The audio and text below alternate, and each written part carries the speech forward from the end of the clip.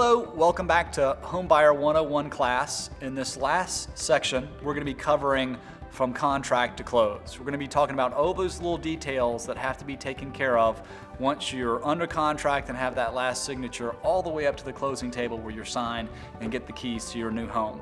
Some of these details will be taken care of by you personally. Some things will be taken care of by your lender.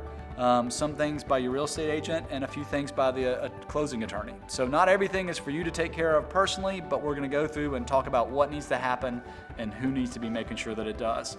The first thing you'll need to do once you're under contract, if you've not already done it, is to make full application with your lender. Just to make sure, you want to call them and say, okay, what else do I need to get to you, whether it's the tax returns or the pay stubs or the last 2 months of your checking account. Whatever they need, you need to make that phone call and make sure that they get that and they have it within the first 5 to 7 days.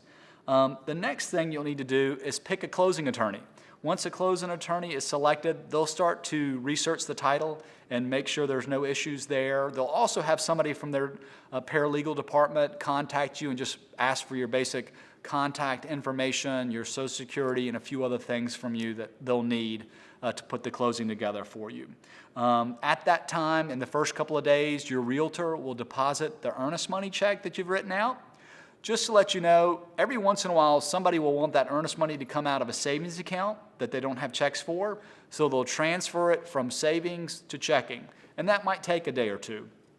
If that's the case, and you need to transfer money from another account to the account that you've written the check on, just let your realtor know that you might need an extra day or two. Normally it takes a few days to get that sale handed in. That check goes into a accounting department that then takes it the next day to the bank, and so normally there's kind of a 2 or 3 day delay at getting that deposited, but just be sure that you know the money is there to cover the earnest money check that you've written.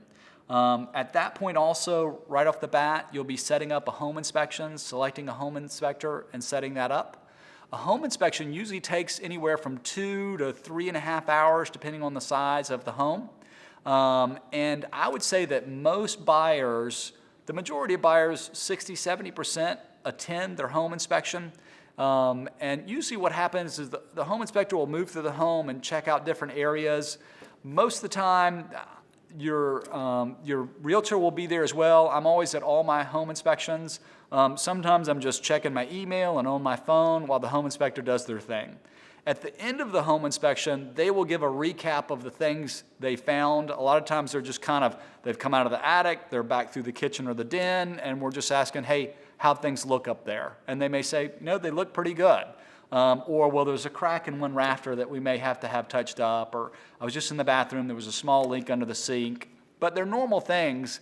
But at the very end of the home inspection, usually the home inspector will just sit down and go through the items that he found. Then, usually later that night or the next day, they will email you and your realtor a copy of the full report. Normally, that will include photos. If they were in the crawl space and found a small leak under one bathroom, they'll usually take a picture and say, look, here's where it's leaking. They'll get you all that information, and you'll have it in a report that's easy to read. There'll be a kind of a synopsis page that lists all the things that were found. And once that happens, once you have that in hand, you'll sit down with your realtor and talk about things that you want to ask the seller to repair. Normally those things that are repaired are things that have to do with the major appliances, plumbing, electrical, the roof, the foundation, those type things. Things that aren't normally repaired are things that are cosmetic. If one room is just a hideous color that's usually not covered in the home inspection, you usually don't ask somebody to cover something that's mostly cosmetic. But you'll sit down and discuss what the things you'll want to ask the seller to repair are. Then your realtor will write up a specific addendum that lists out those items, and it'll go to the seller and say, we are requesting that the seller make these repairs. Here's kind of the tough thing about the home inspection sometimes is you've done all this negotiation on the price of the home, you've had to sweat that out a little bit, or the seller's going to give us a good price. It's been a little bit nervousness, and then here you are back with the home inspection, you're having to negotiate a second thing. Go back and forth. Normally it just goes back and forth a couple times. Every once in a while the seller may say, well, we think that we'd be happy to repair all these things, but items 5 and 7 we don't think we should have to repair.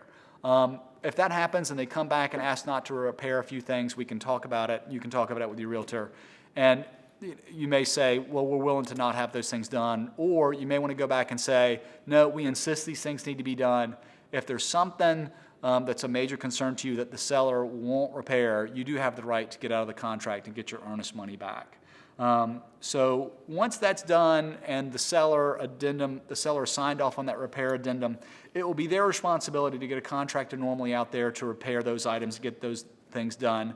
And when that happens, there's usually a second small inspection time to go back 15, 20 minutes to just kind of review whatever repairs have been made to make sure that they have been done appropriately.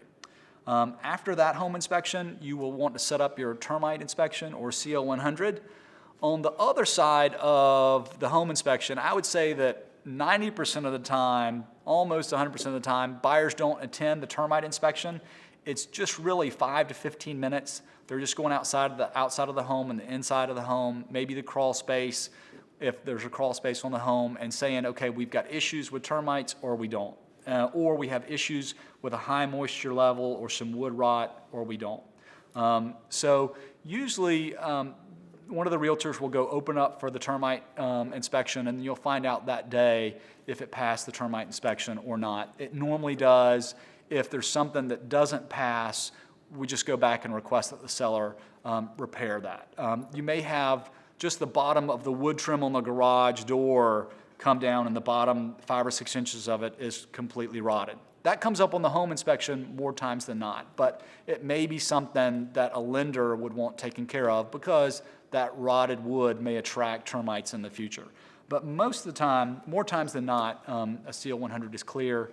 If it's not clear, there's just a few things that kind of need to be taken care of, and we'll ask the seller to make sure that happens. At this point, you can also start shopping for your homeowner's insurance. I would say one of the best places to check first is if you have car insurance. A lot of times if you bundle your auto and your home insurance together, you'll get discounts on both. That's a good place to get one of your first quotes on hazard insurance for your home.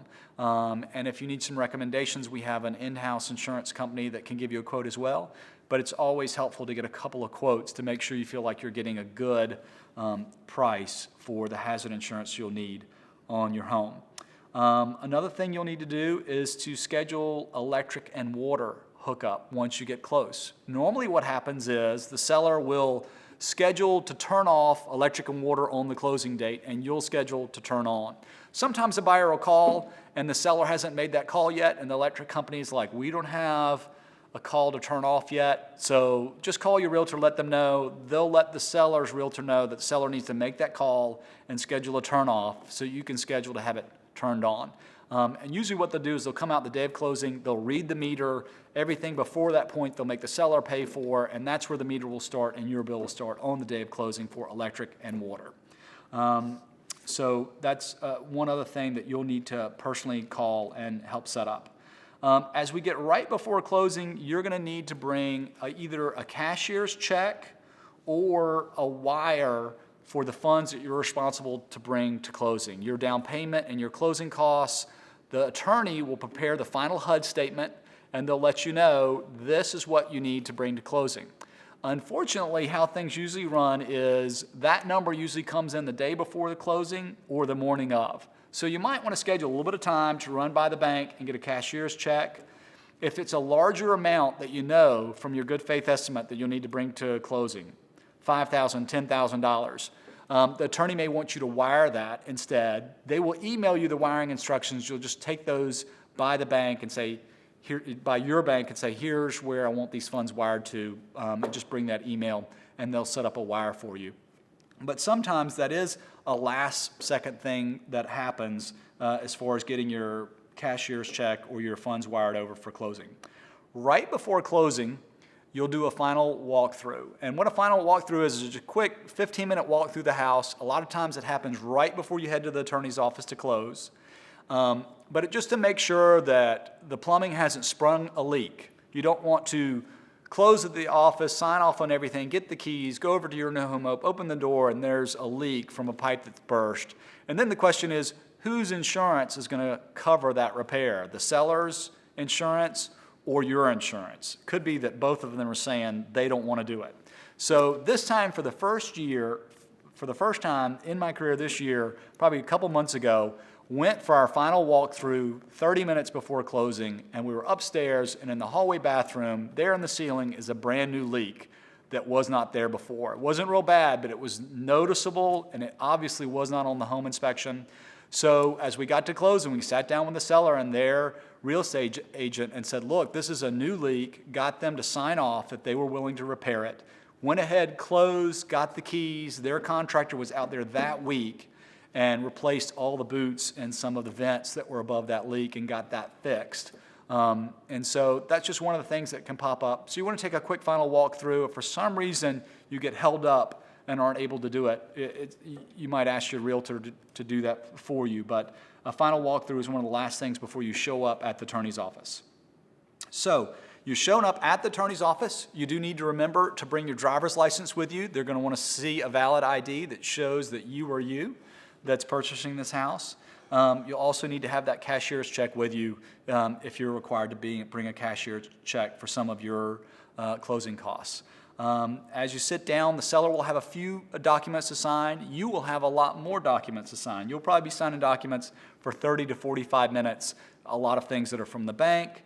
But finally, both seller and buyer will sign a HUD statement. It is a government standard statement that's signed at every closing, and it shows the buyer side and the seller side, what are on those things. On the buyer side, it'll show the price that's agreed upon to pay for the house, and it'll show their closing costs, and add those two together to give the buyer a total of money they'll need to have. And then underneath, it'll show credits. The biggest credit will be from the lender who's giving you the loan. If your loan is for $180,000, they will wire that $180,000 to the attorney. You'll also get a credit for that earnest money check that you wrote. Then you may get a credit for some small things like some of the property tax bill that's paid at the end of the year.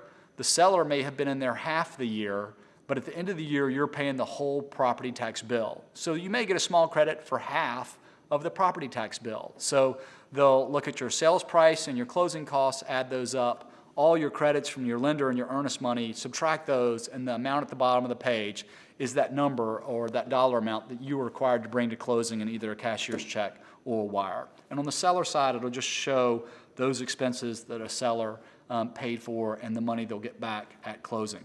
In recent years, we've had some sellers that have had to bring a check to closing because they were getting back less money than what they actually paid for the house. But you will get a HUD statement, and that'll come to you usually the day before or right before closing to go through. On the back side of that HUD statement, page 2, it'll list out all your expenses, whether it was the attorney's fee or the loan origination fee, your application fee, all those fees, title insurance are all listed out on the back.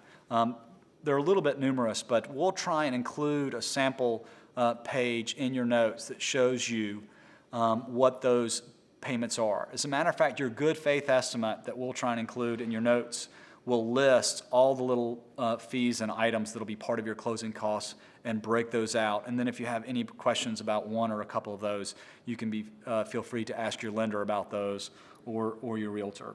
So once everything is signed off, the attorney will hand you the keys, and you will then be a homeowner.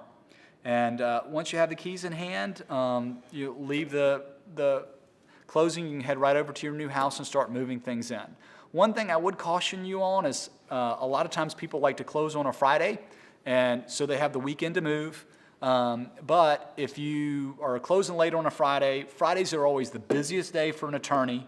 If they get pushed back, they always don't have openings. And sometimes if things get held up at the lender for a little bit and closing gets pushed back a day or two, that closing on a Friday could get pushed to a Monday. Here's the question: did you schedule the moving trucks to be there on Saturday? Sometimes it's helpful to have a closing on a Wednesday or a Thursday, just so that you know everything's done and you don't have a moving truck that's full of all your stuff that was hoping to unload on Friday but has to wait till Monday because something got pushed back. So just something to consider when you select your day, what day of the week you want to close on. So you've got your keys in hand. Your insurance is in place. One thing to remember after closing is that in the Tri-County area around Charleston, the 3 counties around Charleston, they all have a little better property tax rate for a primary resident, a primary homeowner, which you most likely will be in this purchase. So you will own your home. Once you purchase a new home, you're automatically put in at the 6% property tax rate. What you want to do is apply for the 4% rate. The attorney at closing will give you that application form, but a couple things will have to happen first. And they're going to go over those things with you and remind you what those things are. But some of them will be getting a new driver's license that shows your new home address on it.